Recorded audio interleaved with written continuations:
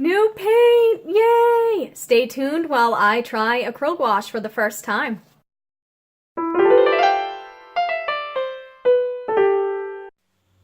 Hi, Shanna Rowe Jackson here from Caution Artists at Play, and today I am reviewing the Turner Acryl Gouache.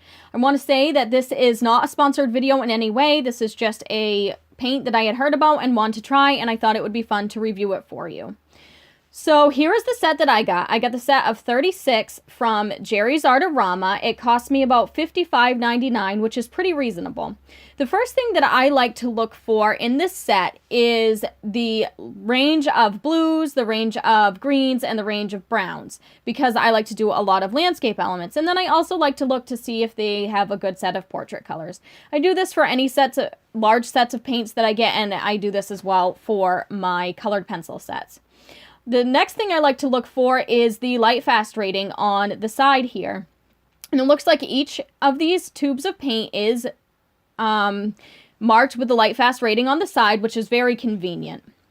I have to apologize. You may see my hands moving a little bit oppositely of what I am saying right now. I had original audio for this video, but it didn't come out good, so I had to do a voiceover instead. So here I am just looking at the light fast ratings. A few of them don't have an explicit light fast rating, and I'm not sure why. The writing is in Japanese on these tubes of paint. I believe it's Japanese. I think this is a Japanese company. So I am not sure exactly why, like, the light fast isn't on all of them.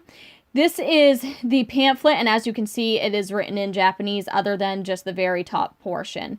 So I know with other paints, I have noticed that the newer pigments have a different kind of permanent rating. So I don't know if that's what's going on with these paints that don't have the light fast ratings, because the rest of them have like the regular, 1, 2, 3 kind of rating on them. But the ones that don't have that, I'm wondering if they're just newer pigments that came about like after that kind of rating was set into place. So I'm not exactly sure what that's about, but most of the tubes in this set have a light fast rating on the side.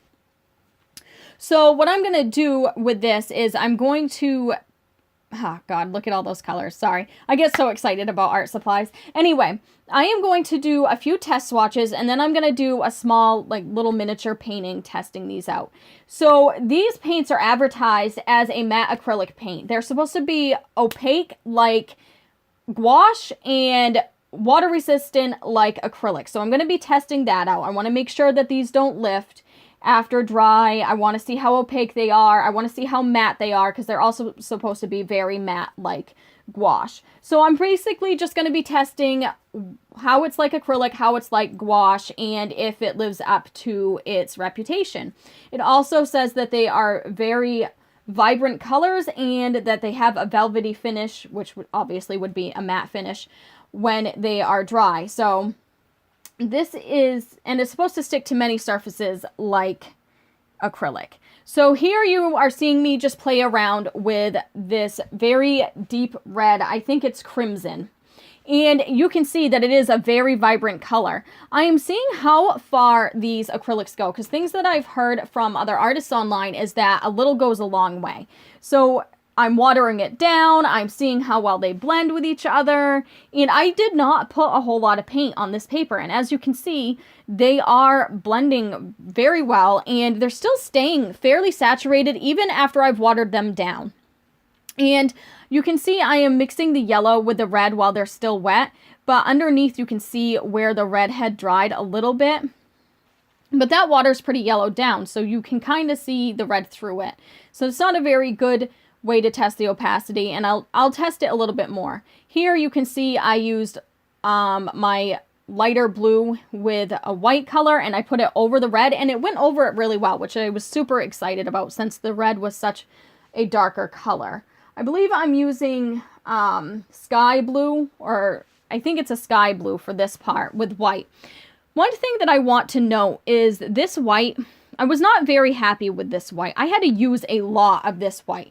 I had 2 different whites in this set. One of them is a mixing white, and this one was just plain white. So I had assumed that this would be closer to a titanium white, but it acted more like a mixing white. I haven't tried the mixing white yet, but honestly, I was not very pleased with this white.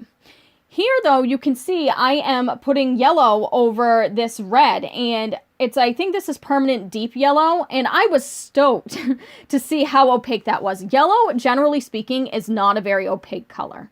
And then down here on the blue, you can also see me testing out the brown on here, and I can't remember which brown this is, but I was very excited with this as well because brown, typically speaking, in almost any set of paint I have ever had, any brown I've had, has never really been a very opaque color, and it went over that sky really well, so I was pretty pleased with that as well.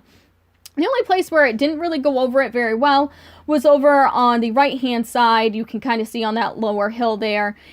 But that was because I think the white was still a little bit wet, so it ended up mixing together. So it wasn't so much that the color wasn't opaque, it was the fact that it just had mixed with the layer below.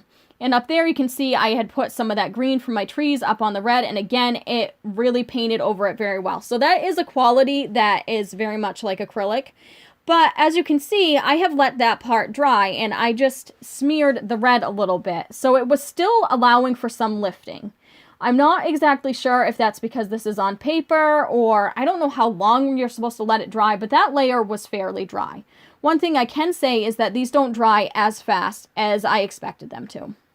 And down here, down in the water there, you can see I am just experimenting with watercolor-like techniques. I just wanted to see how well they break down in water and just the effects that I can get with water with these paints.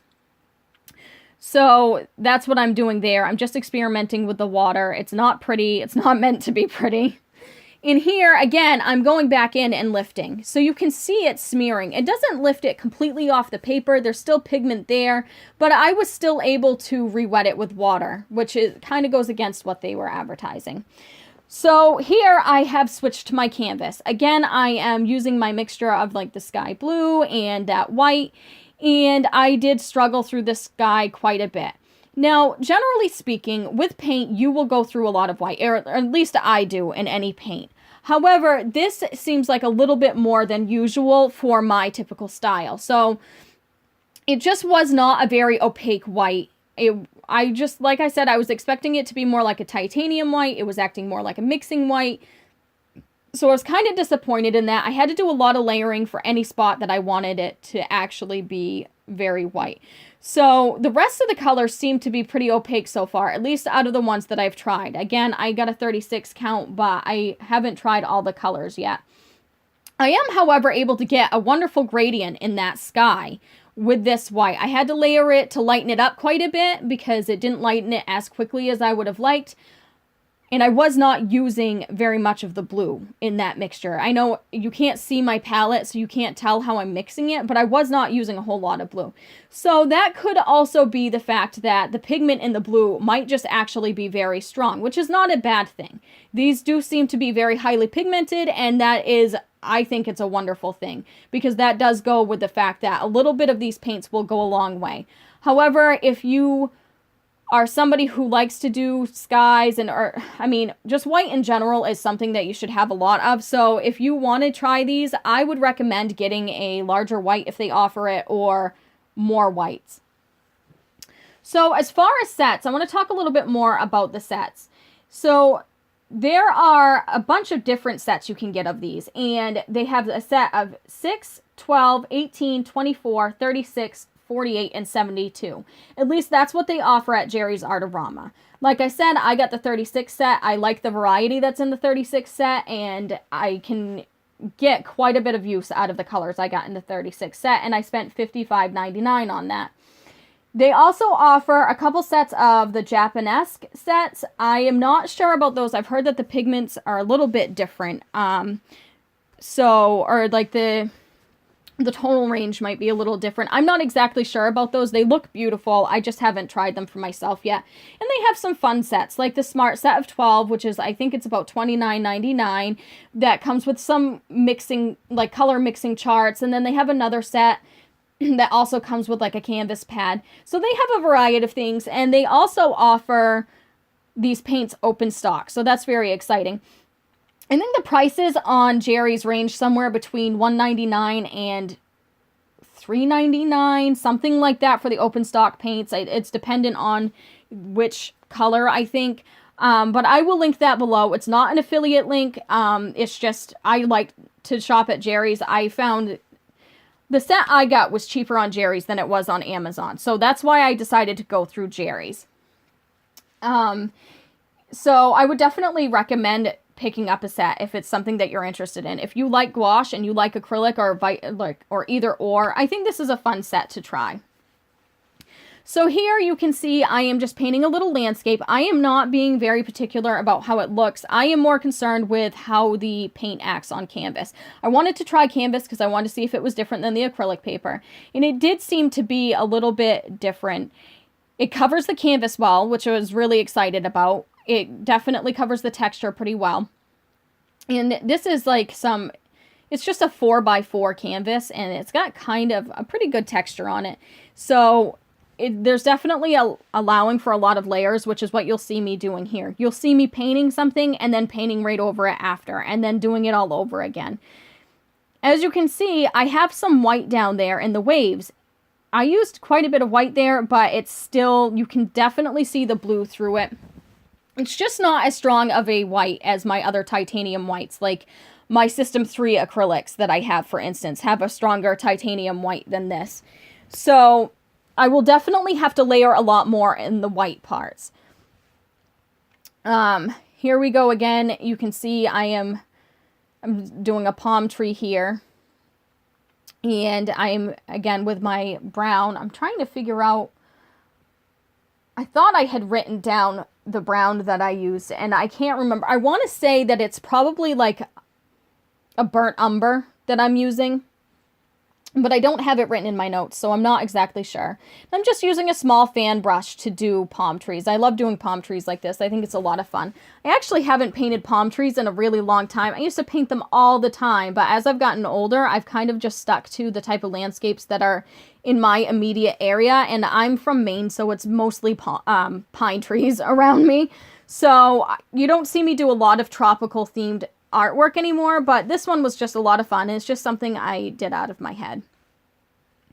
But I was pretty happy with how well the greens and the browns went over the landscape behind it. I didn't have to paint any white down first and then paint it over it. It was pretty opaque, especially, like I said, considering the brown. You can see a little bit of the white through the brown, but that wasn't problematic because it serves as a highlight, and I just darkened the area, and I think it only took like one more layer of a darker brown to darken the shadow side. It really wasn't that bad, so I was pretty happy with that.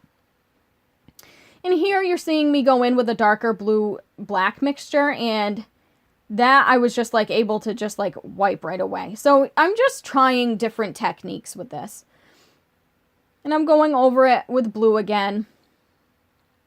And I'm just seeing, you know, how many layers I can get. One of the things I want to see is how many times can I layer this paint, and will the layers below it lift off? And that hasn't been seeming to happen. So I had a little bit more lifting with the paper.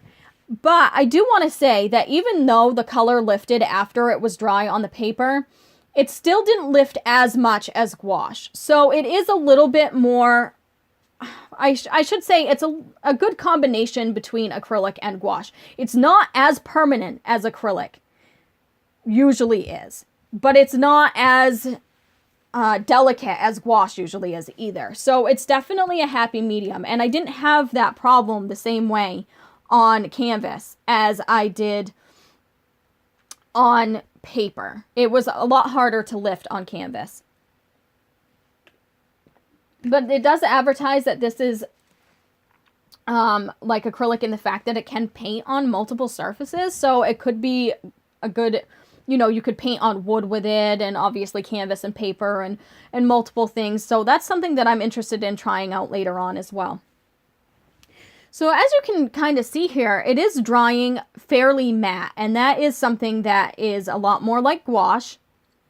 A lot of acrylics dry with a sheen to them. They dry glossy. And these are drying matte. So that is definitely something that they advertised that was correct. And another thing that I want to note is the fact that the colors dry pretty accurate to what they were when they were wet. Whereas with most acrylics, they dry a little bit darker. And I'm not seeing that as much here. So I was pretty excited about that as well. And I'm just going over and, you know, adding to it, layering some more, darkening things up a bit. And I was pretty excited that those hills went in pretty well. Here I am experimenting with splattering, which worked very effectively with this paint. I figured it would because it works well with both gouache and acrylic. And like I said, this is technically an acrylic paint. And I'm sorry, I totally went off screen there. I started painting my edges and I don't know if I just forgot I was filming. I have no idea why I did that. But I like to paint my edges to look the same. So I just painted, I think I just painted the bottom edge there. Excuse me, my voice is getting kind of hoarse. I apologize for that. And here again, I am going back into those waves, trying to bump the white up on them a little bit more. And I'm just painting the rest of my edges. This is a great trick for people who do not have a whole lot of money to do framing. Framing is outrageously expensive. So I always paint my edges the same when I'm using stretch canvas because it can hang on the wall. And I think it looks beautiful. I actually like the look of an unframed canvas with the edges painted. It just looks like the whole painting itself is just coming right out of the wall. It has a fun 3D effect. You can paint your edges black if you want to as well, or something else. But to me, this is really good to do when you don't have a lot of money for framing. So here I'm attempting to sign it. I don't do a lot of miniature paintings, and so signing it wasn't exactly the funnest, but the paint thinned down enough for me to sign. So that worked well, and it was opaque enough. Again, I'm using that brown, and it worked really well. It's just not very legible, but that's more about my handwriting than it is about the paint itself. And then I decided to go back in with a few more shadows in the clouds because I wanted to bring the colors, like, the darker colors from the ocean and from the palm tree and stuff into the clouds themselves.